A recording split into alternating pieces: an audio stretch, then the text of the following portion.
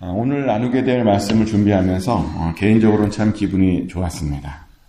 왜냐하면 제가 어렸을 때 굉장히 열심히 불렀던 찬양의 가사가 오늘 본문에 나와 있기 때문이죠. 그래서 말씀을 준비하면서 그 찬양을 흥얼거리며 말씀을 준비했었습니다. 근데 오늘 본문도 역시 예수님과 연결이 되어 있습니다. 예수님께서는 공생애를 시작하시면서 나사렛에 있는 자기가 평소에 다니던 그 회당에서 설교를 시작하시면서 사역을 시작하시게 되죠. 근데 그때 이제 설교를 시작하시면서 하셨던 그 설교 본문이 뭐냐면 오늘 우리가 읽었던 이사야 61장 1절과 2절 말씀입니다. 예수님께서 어떻게 설교하셨는지 제가 잠깐 읽어드리겠습니다. 누가복음 4장 17절부터 22절까지를 보면 거기에 예수님께서 하신 설교 내용이 나오는데요. 읽어드리겠습니다. 선지자 이사야의 글을 드리거늘 책을 펴서 이렇게 기록된 데를 찾으시니 곧 주의 성령이 내게 임하셨으니 이는 가난한 자에게 복음을 전하게 하시려고 내게 기름을 부으시고 나를 보내사 포로된 자에게 자유를 눈먼 자에게 다시 보게 함을 전파하며 눌린 자를 자유롭게 하고 주의 은혜의 해를 전파하게 하려 하심이라 하였더라. 책을 덮어 그 맡은 자에게 주시고 앉으시니 회당에 있는 자들이 다 주목하여 보더라. 이에 예수께서 그들에게 말씀하시되 이 글이 오늘 너희 귀에 응하였느니라 하시니 그들이 다 그를 증언하고 그 입으로 나오는 바 그 은혜로운 말을 놀랍게 여겨 이르되 이 사람이 요셉의 아들이 아니냐. 아멘. 예수님께서 이사야를 이제 건네 받으셨는데요. 근데 예수님께서 건네 받은 그 이사야를 굳이 찾으시고 오늘 본문의 이사야 61장을 찾으시고 이 본문을 읽었답니다. 1절과 2절 말씀을 읽으셨답니다. 그리고 다 읽으신 다음에 예수님께서 이렇게 설교하셨대요. 이 글이 오늘 너희 귀에 다 응했다라고 설교하셨답니다. 근데 아쉽게도 누가는 딱 거기까지만 기록했어요. 뭐 더 기록하면 좋은데 딱 그 말씀만 기록했습니다. 근데 사실은 예수님께서 더 많은 이야기를 나눴겠죠. 아마 그런 말을 했을 것 같아요. 왜 이 말씀이 그들의 귀에 응했는지 그렇게 그 이유에 대해서 말씀하셨을 것 같습니다. 그래서 우리가 어떻게 짐작할 수 있냐면 그 예수님의 설교를 들은 사람들의 반응이 어마어마했거든요. 설교를 들은 사람들이요. 예수님께서에게서 나오는 그 말씀의 그 은혜로움을 보고 놀랐다라고 오늘 본문은 말합니다. 아니, 누가복음은 말합니다. 근데 이렇게 놀랐다라고 하는 그런 반응만 있는 것은 아니었고요. 그들이 놀랐는데 그들이 엉뚱한 반응을 보입니다. 예수님을 불신하게 되고요. 예수님께서 응하셨다는데 그 말씀을 믿으려고 하지 않았습니다. 믿기는커녕 예수님께서 그런 말씀을 하셨다고 예수님을 낭떠러지에 믿어서 떨어서 죽이려고 했습니다. 그러다 보니 이제 더 궁금해지죠. 예수님께서 도대체 어떤 말씀을 하신 것일까? 무슨 말씀을 하셨길래 그런 반응이 나왔던 것일까? 그래서 최대한 오늘은 예수님께서 말씀하신 인용하신 그 본문을 가지고 그 예수님께서 하신 말씀들을 좀 상상해 보려고 하는데요. 예수님께서 읽으셨던 말씀에 보면 어떤 말씀이 있냐면 하나님의 영이 예수님에게 임하셨다라고 하는 그런 문장이 나옵니다. 근데 하나님의 영이 예수님께 임하셨다라는 말은 무슨 말이냐면 예수님께서 하나도 자신의 뜻대로 그 모든 것들을 하지 않으셨다라고 하는 그런 말입니다. 모든 것들이 하나님의 계획이고 모든 것들이 하나님의 인도하심이라는 거죠. 그리고 그것은 정말 사실입니다. 예수님께서는요, 이 땅에 사시면서 한 번도 자기 힘으로 어떤 일들을 해보신 적이 없습니다. 모든 것들이 성령의 능력이었고 성령의 계획이었습니다. 그리고 사실 예수님께서 사람이셨잖아요. 사람에게는 힘이 없습니다. 우리 사람에게 무슨 힘이 있습니까? 우리는 너무 연약합니다. 사람은요, 너무 쉽게 무너집니다. 그래서요, 성령을 의지하지 않으면 사실 우리가 아무것도 할 수 없는 것이 바로 우리들입니다. 근데 그 말을 뒤집어 보면 무슨 말이냐면 우리가 성령님을 의지하면요, 우리가 모든 것들을 다 할 수 있다는 말이기도 합니다. 실제로 그래서 예수님께서요, 그렇게 성령님을 의지하고 성령님이 함께 했더니 그 모든 일을 할 수 있으셨던 겁니다. 성령님이 임하셨더니 병든 자들을 고칠 수 있었고요. 성령님이 임하셨더니 심지어 죽은 자도 살릴 수 있었습니다. 이렇게 성령님과 함께하면요, 못할 일들이 없다는 거죠. 그래서 우리도 사실은 인생을 살아가는 아주 중요한 방법이 뭐냐면 우리 힘으로 살으려고 하는 것이 아니라 성령님의 힘으로 살려고 하는 겁니다. 성령님을 의지하는 겁니다.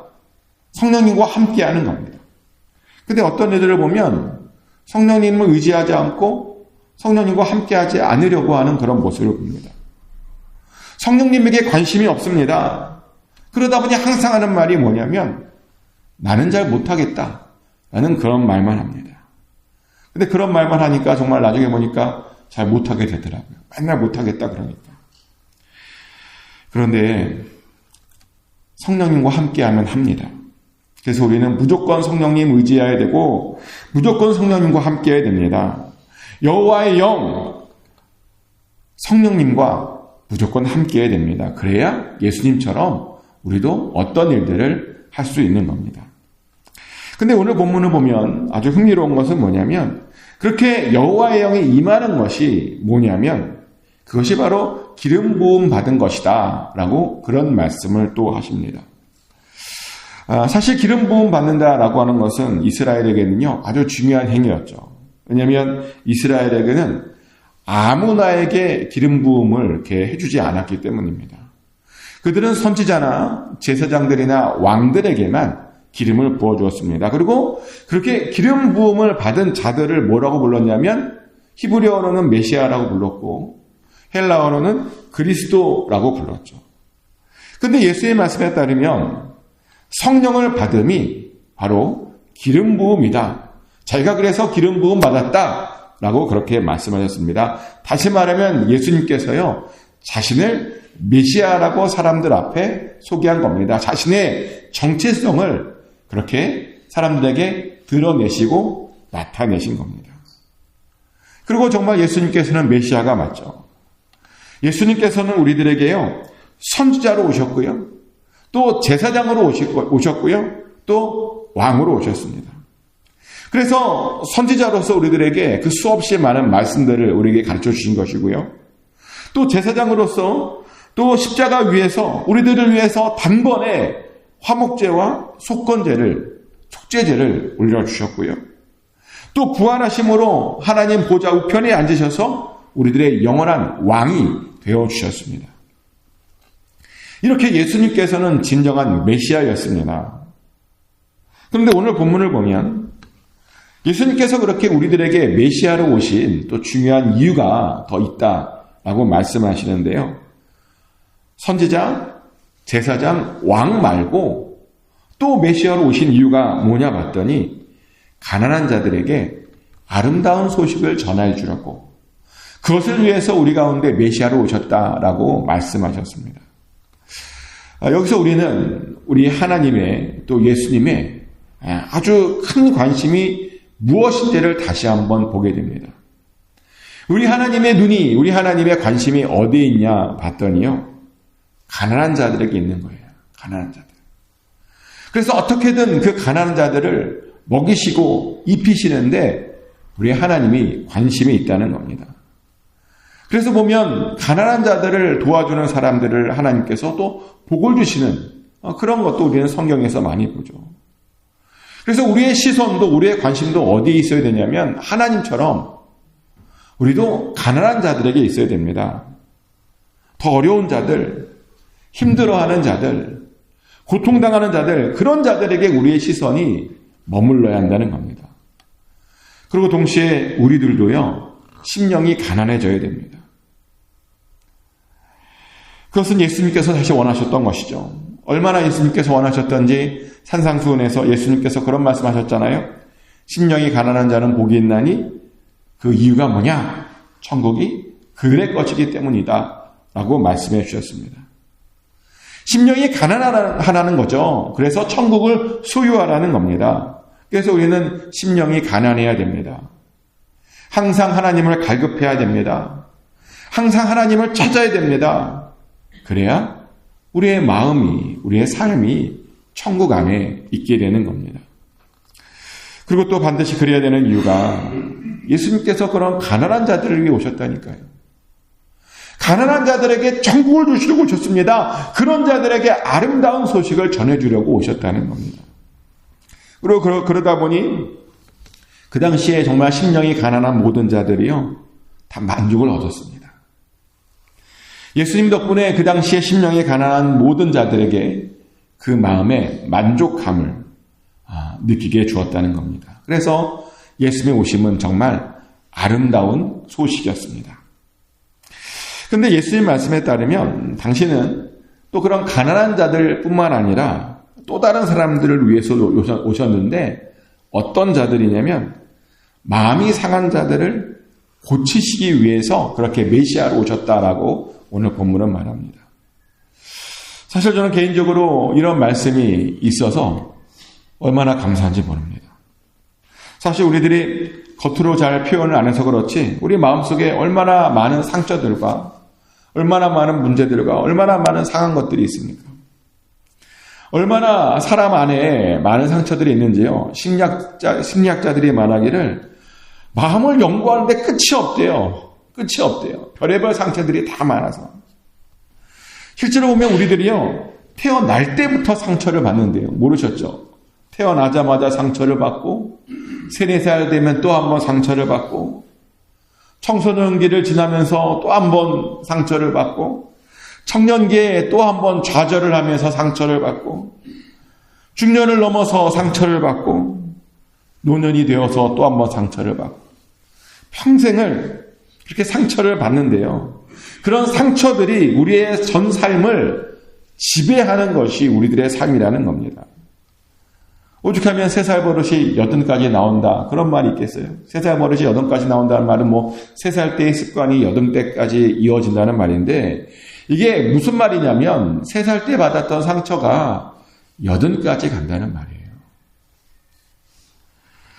그래서 어떤 심리학자들은 말하기를 우리들은 이런 상처들과 떨어질래야 떨어질 수 없는 그런 존재다라고까지 말합니다.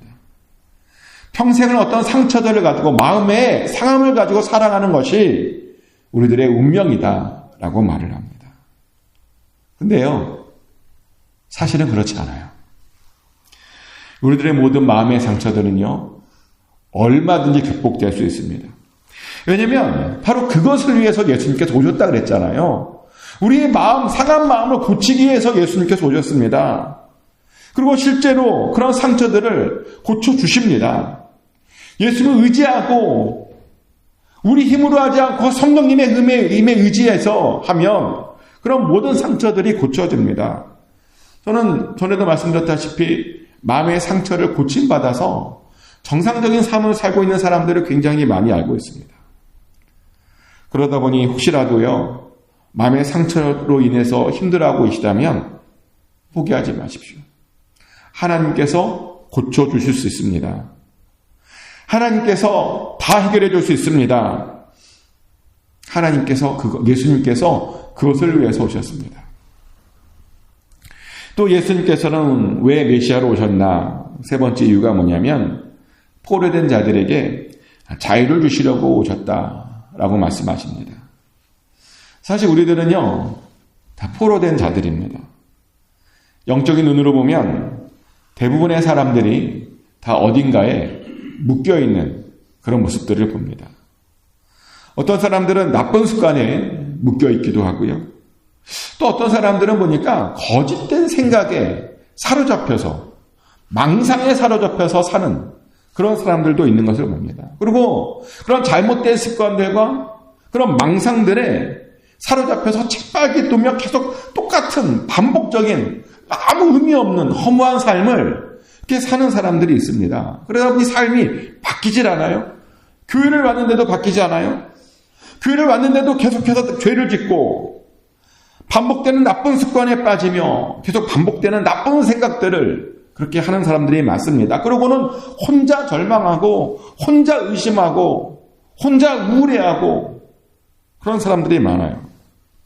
그런데 그런 분들을 위해서도 예수님께서 메시아로 오셨다라고 성경은 말합니다. 우리를 묶고 있던 그 죄의 사슬, 그 악한 영들의 그 사슬로부터 우리를 끊어주기 위해서 예수님께서 오셨다는 겁니다. 그래서 사실은 예수님을 제대로 믿으면요, 묶여있던 것들이 풀어져서 참 자유함을 느낍니다. 그래서 두려움이 없어집니다. 아멘. 제가 바로 산 증인이에요. 저는 과거에요, 두려워하는 것이 있었어요. 뭘 두려워했냐면 저는 미신들을 두려워했어요. 미신들. 근데 저뿐만 아니라 많은 한국 사람들이 아마 그러셨을 거예요.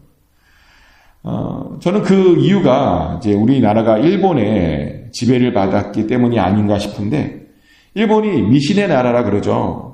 모든 것에 다 귀신이 있다고 믿습니다. 그리고 그런 것들이 이제 일제시대를 거치면서 우리나라 사람들에게도 이렇게 남아있는 그런 모습들을 많이 봤는데, 실제로 일제시대를 살았던 저희 할머니가 항상 저에게 뭐라고 말했냐면 귀신을 조심해야 된다고 말씀하셨어요. 귀신을 조심해야 된다. 그러면서 문지방 밟고 다니지 말아라. 다 들었던 말이잖아요. 그 다음에 잠잘 때는 엉뚱한 방향으로 자면 안 된다. 들어보셨나요? 잠잘 때도 방향이 있었어요.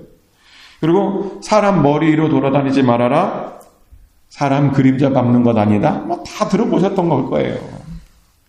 그 외에도 되게 많았어요. 지금 다 잊어버렸는데 왜 그렇게 하지 말아야 될 것들, 무서운 것들이 이렇게 많은지. 그래서 저는 어렸을 때요, 그런 것들을 지키지 못할까 봐 두려워했었습니다. 정말 재수 없는 짓을 제가 해서 인생에 재수 없을까 봐 늘 걱정하고 늘 두려워하고 그랬던 기억이 납니다. 그런데요, 예수를 믿고 나서 그런 두려움이 사라졌어요. 그런 미신들이 아무런 의미가 없다라고 하는 것을 알게 되었습니다. 그래서 그 다음부터는요, 그 당시에 제가 얼마나 웃겼냐면 일부러 문지방을 밟고 다녔어요. 일부러. 아무 의미 없는 거잖아요. 또 잠을 잘 때요, 방향을 신경 쓰지 않고 막 잤습니다. 자유함을 얻은 겁니다. 묶였던 것에서 제가 해방되고 그렇게 자유함을 얻은 겁니다. 근데 예수님께서는 또요, 갇힌 자들을 위해 오셨다고 말씀하십니다. 우리들이 저마다 또 갇혀있죠. 근데 예수님 믿으면 갇혀있는 곳에서도 해방된답니다. 근데 확실히 그런 것 같아요.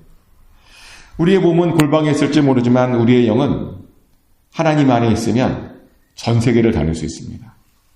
실제로 저는 기도할 때마다 전 세계를 다닙니다. 왜냐하면 전 세계를 위해서 기도하거든요. 그러다 보니 영이 갇혀있을래야 갇혀있을 수가 없습니다. 이렇게 예수님께서는 가난한 자들과 마음이 상한 자들과 포로된 자들과 갇힌 자들을 위해 오셨다고 말합니다. 그래서 당신이 오는 날이 은혜의 해랍니다. 그래서 당신의 오는 날이 하나님의 은혜를 충만히 받는 날이라고 말합니다. 그리고 실제로 예수님께서 오심은 은혜의 그 자체였습니다. 예수님께서 오셔서 자격 없는 우리들이 구원을 받게 되었죠. 근데 이 예수님의 설교에요, 하나 흥미로운 것이 하나 있는데, 예수님께서 읽으셨다는 그 누가복음을 잘 보면요, 예수님께서 어디까지만 읽으셨냐면 은혜의 해까지만 딱 읽으셨대요. 근데 오늘 우리가 읽었던 아까 이사야 61장을 다시 보면 거기에 은혜의 해만 있는 게 아니에요. 거기 보면 보복의 날도 나옵니다. 근데 보복의 날은 읽으시지 않으셨어요. 그래서 많은 이들이 이것에 대해서 궁금해합니다. 왜 예수님께서는 은혜의 해만 말씀하시고 읽으시고 왜 보복의 날에 대해서는 읽지 않으셨는가? 왜냐하면 그 보복의 날이란 심판의 날이잖아요. 근데 그 심판을 이야기하기에는 지금 예수님의 사역이 이제 막 시작하셨던 겁니다. 그래서 그 부분에 대해서는 사실은 일부러 말씀하시지 않으셨습니다. 이제 막 시작하는 거니까. 그런데 우리가 잘 알고 있어야 되는데요, 예수님의 오심 그 자체가 사실은 보복이기도 했습니다. 예수님께서 오셔서 십자가에서 죽으심으로 사탄의 머리를 밟으셨죠. 그리고 사망을 이기셨습니다. 인류를 괴롭히던 모든 것들을 그렇게 십자가 위에서 심판하셨습니다. 그러며 정말 모든 슬퍼하는 자들을 위로하셨습니다. 그래서 그날은 보복의 날이 맞습니다. 그래서 그런 예수님의 오심의 의미를 제대로 이해하는 우리들이 해야 하는 일이 있는데요. 그게 61장 3절 말씀입니다. 우리들이 해야 하는 일. 무릇 시온에서 슬퍼하는 자에게 화관을 주어 그 죄를 대신하며 기쁨으로 그 슬픔을 대신하며 찬송의 옷으로 그 근심을 대신하시고 그들의 의의 나무 곧 여호와께서 심으신 그 영광을 나타낼 자라 일컬음을 받게 하려 하심이라. 아멘. 우리는 예수님께서 주신 화관을 받아야 하고요. 그리고 예수님께서 주신 것으로 인해서 기쁨을 누려야 되고요.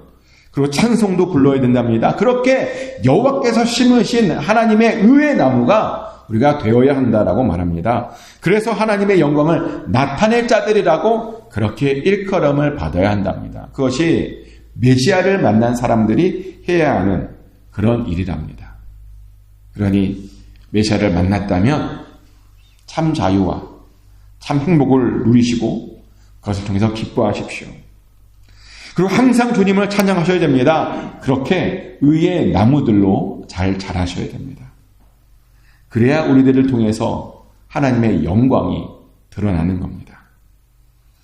축복하는 것은 꼭 그렇게 메시아를 만난 자들이 해야 하는 그 일들을 잘 하심으로 여러분 삶 가운데 예수님께서 오신 그 목적들이 다 이루어질 축복합니다. 그래서 하나님께서 영광 받으시기를 예수 그리스도 이름으로 축복합니다. 기도합니다. 하나님 아버지, 예수 그리스도를 우리 가운데 보내주셔서 가난한 자들에게 하나님의 불을 전해주시고 마음에 상처받은 자들을 치료하여 주시며 포로된 자에게 자유를 주시고 갇힌 자들을 풀어주시니 감사합니다. 우리가 그런 은혜를 받았음을 다시 기억하게 하시니 감사합니다. 아버지 하나님, 예수님을 만났다면 이제는 정말 하나님께서 말씀하신 그대로 하나님께 영광 돌리고 찬송을 드리고 기쁨을 누리며 그래서 하나님의 의의 나무가 되게 하여 주시옵소서. 예수님이 오신 목적이 우리의 삶 가운데 그대로 드러나게 하여 주시옵소서. 오늘 하루도 의탁합니다. 오늘 모든 계획들이 주의 뜻 안에서 다 잘 평안하게 이루어지게 하여 주시옵소서. 오늘도 반드시 승리하게 하여 주시옵소서. 동서남북으로부터 복되고 좋은 소식들이 들려지게 하여 주시옵소서. 치료되게 하여 주시옵소서. 회복되게 하여 주시옵소서. 만져주시옵소서. 은혜를 내려 주시옵소서. 모든 것 맡겨드립니다. 감사드리며 예수 그리스도 이름으로 기도드렸습니다. 아멘. 주의 이름으로 하나님께 올려드립니다. 하늘에 계신 우리 아버지, 아버지의 이름을 거룩하게 하시며 아버지의 나라가 오게 하시며 아버지의 뜻이 하늘에서와 같이 땅에서도 이루어지게 하소서. 오늘 우리에게 일용할 양식을 주시고 우리가 우리에게 잘못한 사람을 용서해 준 것 같이 우리 죄를 용서하여 주시고 우리를 시험에 빠지지 않게 하시고 악에서 구하소서. 나라와 권능과 영광이 영원히 아버지의 것입니다. 아멘.